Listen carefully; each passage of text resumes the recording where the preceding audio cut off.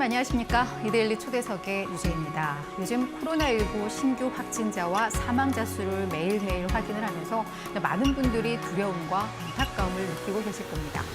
그런데요, 매년 산업재해로 2천여 명이 사망을 하고요. 약 9만 4천 명이 다치고 있다는 사실 알고 계십니까? 이제는 변화가 필요하다는 생각이 드는데요. 그래서 오늘은 36년간 산업 안전 분야의 발전을 위해서 노력을 하고 계시는 우종현 한국안전기술협회장님을 모시고 다양한 이야기들 나눠보도록 하겠습니다. 협회장님 안녕하세요. 네, 안녕하세요. 네, 지난 7월이었죠. 예. 회장님께서 석탑 산업훈장을 받으셨다고 들었습니다. 예. 그래서 늦었지만 축하를 드리고요. 고맙습니다. 예, 그래서 잠깐 제가 이미 얘기를 했지만 산업 안전 분야 발전을 위해서 노력해온 그 부분을 이제 높이 평가받았다고 들었는데요. 좀 어떻게 그동안 좀 활동을 하신 건가요? 사실 뭐 부족하지만 산업 안전에 더욱 정진하는 뜻으로 저한테 훈장을 주신 것 같습니다. 제가 공직에 있을 적에 산업재해가 제일 많이 나는 인천 지역의 100대 기업을 선정을 해가지고 근로감독관과 사업주, 근로자 대표가 안전 현장을 점검한 결과 재해율이 70% 정도 감소하는 효과를 거두었습니다. 예. 그래서 산업재해 예방은 근로자와 사용자가 관심을 가지면 충분히 줄일 수 있겠다 이런 생각을 했습니다. 그리고 또한 웃으면서 출근한 직장, 웃으면서 퇴근하자 이런 슬로건 하에 경인 지역에 있는 사업장에 많은 하나의 센세이션을 일으킨 바 있습니다. 그리고 공직에서 퇴직하고 난 이후에는 한국안전기술협회를 제가 설립을 했습니다. 그동안에는 이제 대한산업안전협회가 모든 업무를 독점적으로 했는데 경쟁사가 있어야 그 소유자가 선택권이 있겠다 해서 하나의 사업장을 더 만드는 게 좋겠다 이런 뜻도 정부에서 있는 것 같고 그래서 우리가 협회를 설립해가지고 처음에는 위험기구에 대한 검사를 주도적으로 했습니다. 그래서 작년 같은 경우에는 저희들이 한 38만 대 정도의 위험기구를 검사를 했는데 그 중에 약 18만 대, 우리가 46% 정도를 점하고 있습니다. 그래서 전국에 있는 사업장의 46% 정도는 저희가 2년에 한 번씩 가서 안전관리를 하고 있고 또 위험기구에 대한 점검을 하고 있습니다. 예. 예. 아유, 지금 사실은 어떻게 보면은 그냥 인사말이었잖아요, 지금은. 어떻게 우리 회장님께서 훈장을 받으셨을까였는데 벌써 뭐 우리 협회에 대한 소개부터 뭐가 이렇게 막 나올 정도로 오늘 하신 말씀이 정말 많다라는 생각이 들어서 좀 기대가 되는데요. 뭐 지금 왜 이렇게 훈장을 받게 됐는지 이제 배경 설명을 하시면서 사실 우리 협회가 어떤 일을 하는지도 살짝 또 언급을 해주셨는데 하지만 전혀 아직 모르시는 분들을 위해서 우리 안전기술협회가 주로 어떤 활동을 하는 데인지 잠깐 좀 소개를 좀 또 해주시겠어요? 예. 당초에는 노동부로부터 위험기구 검사기관으로 지정을 받았습니다. 네, 위험기계를 하면 뭘? 위험기계라고 하면은 사업장에서 재해가 가장 많이 발생하는 기계 13종이 있습니다. 프레스를 비롯해서 전단기 등등 해가지고. 그러니까 절단기. 예. 또한 요즘에는 로봇과 컨베어 벨트까지 지금 검사 대상으로 들어와 있습니다. 컨베어 벨트 하면은 지난번에 태안화력에서 사고 난 그 벨트가 컨베어 벨트인데 상당히 위험하지만 그러한 검사를 하는 기관으로 출발을 해서 지금에 와서는 이제 안전 진단, 안전 교육, 컨설팅 등 안전에 관한 종합적인 검사 기관으로 지금 도약하고 있습니다. 근데 사실 저도 오늘 우리 안전기술협회장님이 이제 오신다는 얘기를 듣고 좀 찾아보면 한국산업안전공단도 있고요, 대한산업안전협회도 있고, 그러니까 뭔가 안전과 관련해서 진단하는 단체 협회들이 참 많다는 생각이 드는데요. 이들 단체 기관과의 어떤 차이점 그리고 우리 기술협회에 어떤 특화된 게 있다면 좀 어떤 게 있을지 좀 궁금해요. 맨 마지막 출발한 기관으로서 살아남기 위해서는 친절과 또한 최고의 서비스를 하지 않으면 살아남을 수가 없다. 이런 생각하에 최고의 장비와 최고의 기술력을 가지고 검사 현장에 임하게 됐습니다. 그래서 최근에는 저희 협회를 찾아주는 고객이 많아가지고 검사회 같은 경우에도 약 46%의 검사 점유율을 정하고 있다는 걸 말씀드릴 수 있습니다. 그러니까 후발주자임에도 예. 불구하고 그 얘기는 사실 뭐 친절한 서비스도 있겠지만 그런 진단을 상당히 좀 꼼꼼하게 하는 것도 하나의 뭐 경쟁력이다라고 볼 수가 있을 텐데요. 근데 사실 우리 안전기술협회를 보면은 타워 크레인 이 분야에 대한 검사를 되게 많이 한다고 좀 들었거든요. 그러니까 어떻게 보면 이쪽에도 일부 특화된 게 아닌가라는 생각이 드는데 혹시 이쪽에 대한 어떤 경쟁력이 있는지 그리고 그 부분을 좀 집중적으로 많이 검사를 하시는 이유가 있는지 좀 여쭤볼게요. 지금 타워 크레인에서 사고가 나면은 대형 사고로 발생됩니다. 그 타워 크레인이라는 게 저희 공사 현장에 가면은 정말 높이 예. 타워처럼 솟은 예. 크레인 예. 뭐 무거운 것들 옮기는 예. 예. 예. 근데 거기서는 어떤 사고가 나요? 그냥 뭐 쓰러지거나 뭐 이런 거 주로 이제는 중량을 과하게 들다가 쓰러지는 재해가 난다든가 특히 이제 해체 작업을 할 경우에 붕괴돼서 해체 인원들이 사망하는 재해가 많이 발생하고 있습니다. 그래서 저희 협회는 하루에 검사를 2인 1주로 해서 2대 이상을 하지 못하도록 하고 있습니다. 그래서 전국에 타워 크레인이 약 6,000대 정도가 운영되고 있습니다. 예. 그 중에서 지난해 저희가 약 1,300대 정도를 검사를 했습니다. 그럼에도 불구하고 지금까지 협회 설립 이후에 저희가 검사한 타워 크레인에서 사고가 한 건도 발생되지 않았습니다.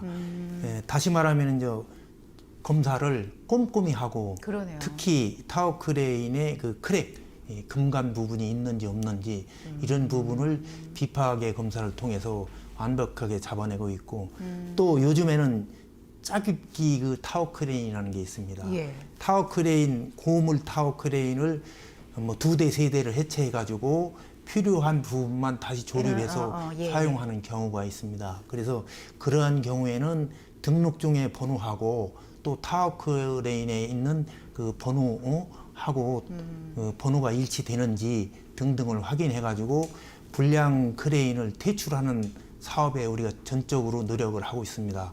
그래서 사망 재해를 줄이는데 일조를 하고 있다 이렇게 말씀드립니다. 그래서 실제로 퇴출된 타워 크레인도 꽤 많나요? 예, 저희들이 안전 검사라든지 사전 검사를 해서 이 크레인은 쓸 수가 없다고 불합격 판정을 나면은 결과적으로 그 크레인은 아마 퇴출될 수밖에 없습니다. 근데 기존에도 사실 문제가 있는데도 그냥 넘어갔던 것은 많은 이해관계가 있다 보니까 좀 네. 불편할 수 있어서 그냥 이 정도면 되겠지 하고 넘어가는 것들도 있을 텐데 예. 우리 협회에서는 그런 거에 대해서 좀 철저하게 예, 철저하게. 불합격 판정을 좀 내리셨나 예, 봐요. 예.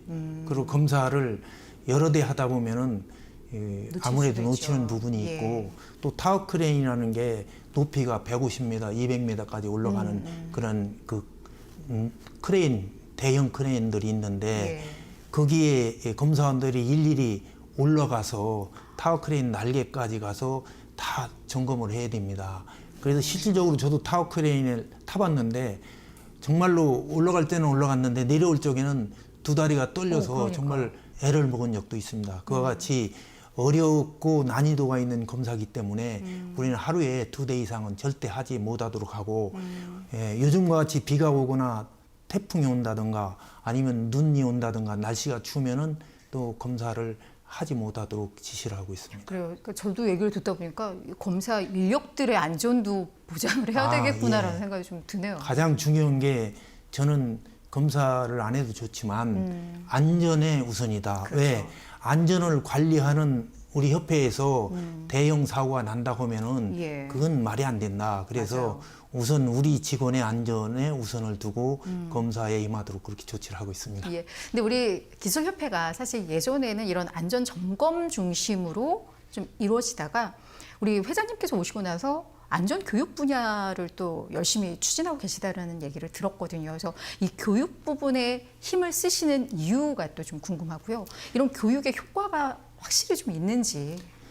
이 종합안전 기관으로 가기 위해서는 예. 정말 컨설팅도 해야 되고 교육도 해야 되고 네. 그래야 또 경쟁력이 있습니다. 예. 그래서 교육 사업에 뛰어들었는데 요즘에는 이제 대면 교육이 그렇죠. 좀 어려워 가지고 통신 교육 소위 우편 교육하고 인터넷 교육으로 많이 전환을 해서 예. 교육을 실시하고 있습니다. 우편 교육 같은 경우에는 우리가 교재를 제작을 해서 개개인한테 발송을 해주고 그걸 읽고 또 소정의 절차에 걸쳐서 시험을 봐서 합격을 되면은 교육을 필요한 걸로 저희들이 이수증을 주고 있습니다. 그러니까 이 교육이 좀 의무화된 게 있는 거예요? 예, 교육이 이제 의무화된 교육이 있습니다. 법정 교육이 있고 저희들은 이제 법정 교육보다는 맞춤 교육 위주로 지금 하고 있습니다. 맞춤 교육이라고 하면은 각 현장에 사전에 답사를 해서 현장을 진단하고 나서 그 현장에 어떤 문제점이 있는지 미리 파악을 해서 그 현장에 맞는 교재를 만들고 오전에 교육을 하고 또 교육생들과 같이 자기 현장에 가서 어떠한 기계에 문제점이 있는지 파악을 해서 사전에 안전상의 조치를 함으로써 재해를 예방하는 효과가 있습니다. 또 그와 더불어서 저희들이 컨설팅을 하고 있습니다.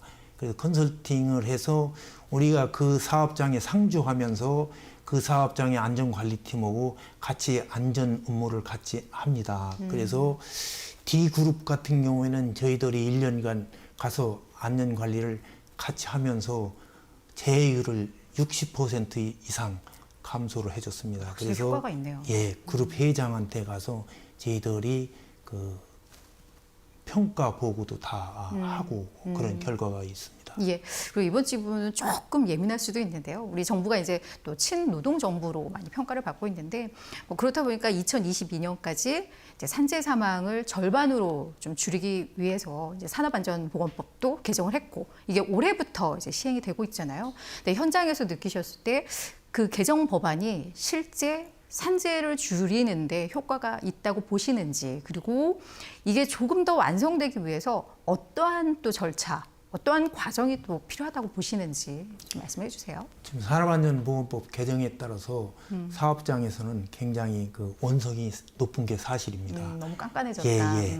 근데 실질적으로 우리나라의 그 법원의 판단이 지금까지는 사망재해가 났을 경우에는 사망재해는 양벌 규정입니다. 사업주하고 법인을 처벌하도록 되어 있는데 평균적으로 벌금 450만 원씩 900만 원 정도의 처벌에 그치고 말았다. 그래서 노동계에서도 많이 반발했고 또 사업주들도 하나의 그 산업안전보건법을 지키는 것이 어떠한 투자가 아닌 비용의 개념으로 보기 때문에 이번에 법이 많이 바뀌었습니다.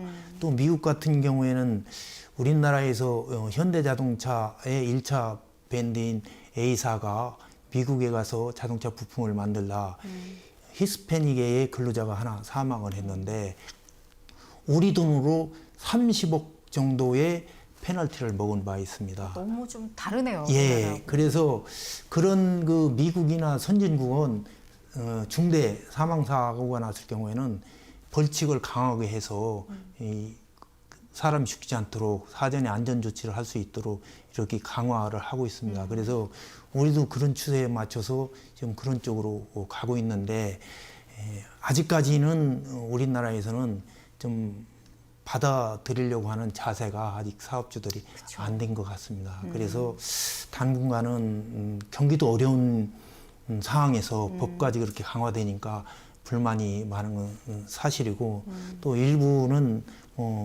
사업주들 내지는 경영계의 의견을 들어서 고쳐야 할 부분이 있으면 좀 손을 봐야 되지 않을까 이렇게 생각이 듭니다. 네, 이게 참 생명과 직결되는 부분이라서 어찌 보면 후퇴를 해서는 안 될 것 같기도 한데 좀 또 경제가 이렇게 안 좋다 보니까 참 답답한 이런 현실인 것 같고요. 이제 잠깐 또 나온 얘기를 이제 코로나19로 이제 마스크 착용이 다 의무화가 되어 있지 않습니까? 이런 상황에서 지금 이상기후 때문에 우리 산업 현장은 너무 힘들 것 같아요. 산업 현장에서 마스크도 써야 되고 너무 덥기도 하고 비도 너무 많이 오고 이러는데 정말 긴장 상태일 것 같은데 그런 측면에서 우리 협회 차원에서 코로나19 대응을 위한 뭐 어떤 정책적인 것들이 혹시 있는지 추진하고 계시는 것들이 사업이 있는지. 저희는 이제 코로나19에 대응하기 위해서 예. 일단 그 사업장 방문이 저희들은 필수이기 때문에 매일매일 마스크를 지급을 하고 있고 최대한 그 출장 중에 대면을 적게 하고 동선을 적게 하고 또 출장이 완료되면은 바로 귀가할 수 있도록 그렇게 조치를 하고 있습니다. 또한 이와 같은 그 정책의 일환으로 저희 협회에 방문하는 모든 분들한테 저희들이 마스크를 의무적으로 쓰고 오셨든 뭐 안 쓰고 오셨든 간에 관계없이 마스크를 반드시 지급을 합니다. 그래서 전 국민 그 마스크 쓰기 운동에 동참할 수 있도록 많이 홍보를 하고 있습니다. 예, 아이고 약간 뭐 장난기가 제가 발동을 했는데 저도 협회에 잠깐 갔다 와야 되나 뭐 이건 그냥 농담이고요. 예, 그리고 이제 또 하나는 이제 우리 협회가 앞으로 그러니까 임기 동안에 중점적으로 추진하고 싶으신 사업이라던가 아니면 어떤 계획이 있으시다면 좀 이 자리를 빌어서 말씀해 주세요. 저희들은 이제 안전은 필수입니다. 그쵸. 예, 선택이 아니고 필수고 또 안전은 근로자가 차지할 권리이고 또한 지켜야 할 의무입니다. 그래서 앞으로 안전 시장이 상당히 활발히 발전할 수 있을 거라는 기대도 하고 있으며 또한 산업재해를 줄이기 위해서 저희는 컨설팅을 집중적으로 하려고 합니다. 구체적으로 예, 어떤 구체적으로 이야기한다면은 사람이 종합 검진을 받아서 자기 몸에 어떤 분야가 문제가 있는지 파악을 해야 우리가 치료를 할 수 있듯이 사업장에 나가서 사업장 전 공정을 저희들이 진단을 하고 그 진단 결과에 따라서 어느 공정이 문제가 있는지 그걸 파악을 해서 그 공정에 대해서 어떤 그 안전상 보건상 개선 조치를 해서 그 공정이 단락단락이 아니라 전 공정이 완벽하게 돌아가서 산업재해가 발생하지 않도록 그런 사업을 지금 하려고 계속 노력을 하고 있고 또 지금 S그룹과 H그룹 또 그 L그룹 이런 협력업체에 대해서 저희들이 그런 컨설팅을 지금 계속 하고 있습니다. 계시고요. 예. 그러면 확실히 좀 달라질 수 있겠다라는 생각이 좀 듭니다. 이게 아까 휘스패닉의 뭐 사망 사고로 인해서 30억 내 차질을 물었다고 말씀드린 것과 같이 어쨌든 정부에서 강력히 대응을 하니까 사업주들이 굉장히 움직이기 시작했습니다. 그리고 또 산업재해가 나면은 원청업체까지 책임을 묻도록 법이 바뀌었기 때문에 원청업체에서 협력업체 내지 하도급업체 안전관리를 굉장히 그 강화하도록 그렇게 조치를 해서 지금 상당한 부분 그런 좋은 부분이 변화예요. 이루어지고 있는 것 같습니다. 그럼에도 사실 이 안전 불감증은 우리 사회 고질병이라고도 여전히 좀 지적이 많이 나오고 있잖아요. 그래서 그런 관점에서 우리 회장님이 안전에 대한 어떤 소신이랄까, 뭐 철학이 있다면 좀 말씀을 해주세요. 우리 인식이 좀 개선될 수 있게끔.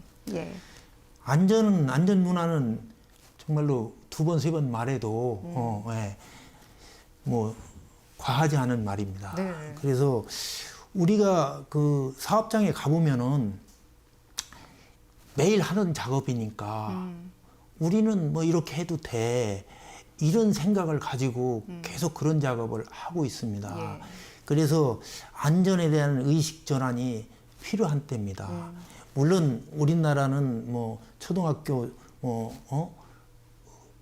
고등학교 뭐 대학에서 안전을 뭐 선택 과목으로라도 가르치지 않는다고 그런 이야기를 많이들 합니다. 그래서 이 초등학교 시절부터 안전에 대한 교육을 좀 실시해야 되지 않겠나.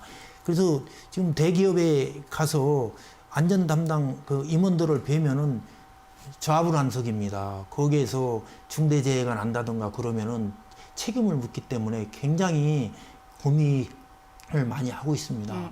그분들 이야기 들어보면은 사회에서는 안전에 대한 아무런 교육도 없이 사회에 배출시키고 나서 이후에 모든 안전에 대해서 회사에서 다 책임지라고 하면은 이거 문제가 있지 않냐. 그래서 교육 과정에 안전에 대한 과정을 좀 넣어가지고 어려서부터 안전히 생활될 수 있도록 해야지 다 큰 사람을 안전교육 1년에 몇 시간씩 시켜가지고 그게 되느냐 그런 볼멘 소리를 많이 합니다. 그래서 앞으로 교육 과정에서도 이런 안전교육이 좀 필수적으로 들어가야 되지 않겠는가 이런 생각이 듭니다. 예, 이제 마지막 질문이 좀 될 것 같은데요. 사실 안전 전문가로서 우리 근로자들 그리고 사업주들에게 좀 한 말씀 좀 하신다면 어떤 말씀 해주시고 싶으신가요? 자, 뭐 사업주나 근로자 여러분한테 당부드리고 싶은 이야기는 네. 사실 뭐 그 안전에는 너와 내가 사실은 없습니다. 그래서 안전에 대한 의식 전환이 반드시 이루어져야 되고 전에도 말씀드린 것 같이 네. 안전은 비용이 아닌 투자라고 우리가 생각을 해야 됩니다. 네. 보면은 우리가 이렇게 가다 보면은 전부 공장 지붕 위에 안전 제일이라고 써 있지만 실적으로 내부에서는 안전 제일이 지켜지지 않습니다. 전부 비용으로 생각하고 안전에 투자를 안 합니다. 맞아요. 그래서 안전을 제일 주의로 투자를 해서 정말 산업재해가 발생하지 않도록 발생하고 나면은 결과적으로 굉장히 많은 그 피해가 옵니다. 우리나라에서 산업재해로 인해 가지고 1년에 손실되는 금액이 약 30조 정도 된다고 합니다. 그렇다고 하면 서울시 예산의 한 70% 정도 된다는 말을 들었는데 그 비용이라고 하면 굉장히 어마어마한 비용인데 실질적으로 조금만 투자하면은 그런 비용을 좀 감수할 수 있는데도 불구하고 그렇죠. 안전 수칙을 안 지킨다든가 이렇기 때문에 문제가 생깁니다. 그래서 저는 뭐 앞으로 산업재해를 위해서 사용자나 근로자 여러분이 안전에 대해서 궁금하거나 문제점이 있으면은 예. 저희한테 연락을 주시면은 네네. 저희가 달려가겠습니다. 또한 우리나라의 사업장에서 산업재해가 제로가 될 때까지 예. 저희들은 사용자와 근로자와 같이 하겠습니다. 아유, 오늘 좀 감사한 좋은 말씀 많이 해주셨습니다.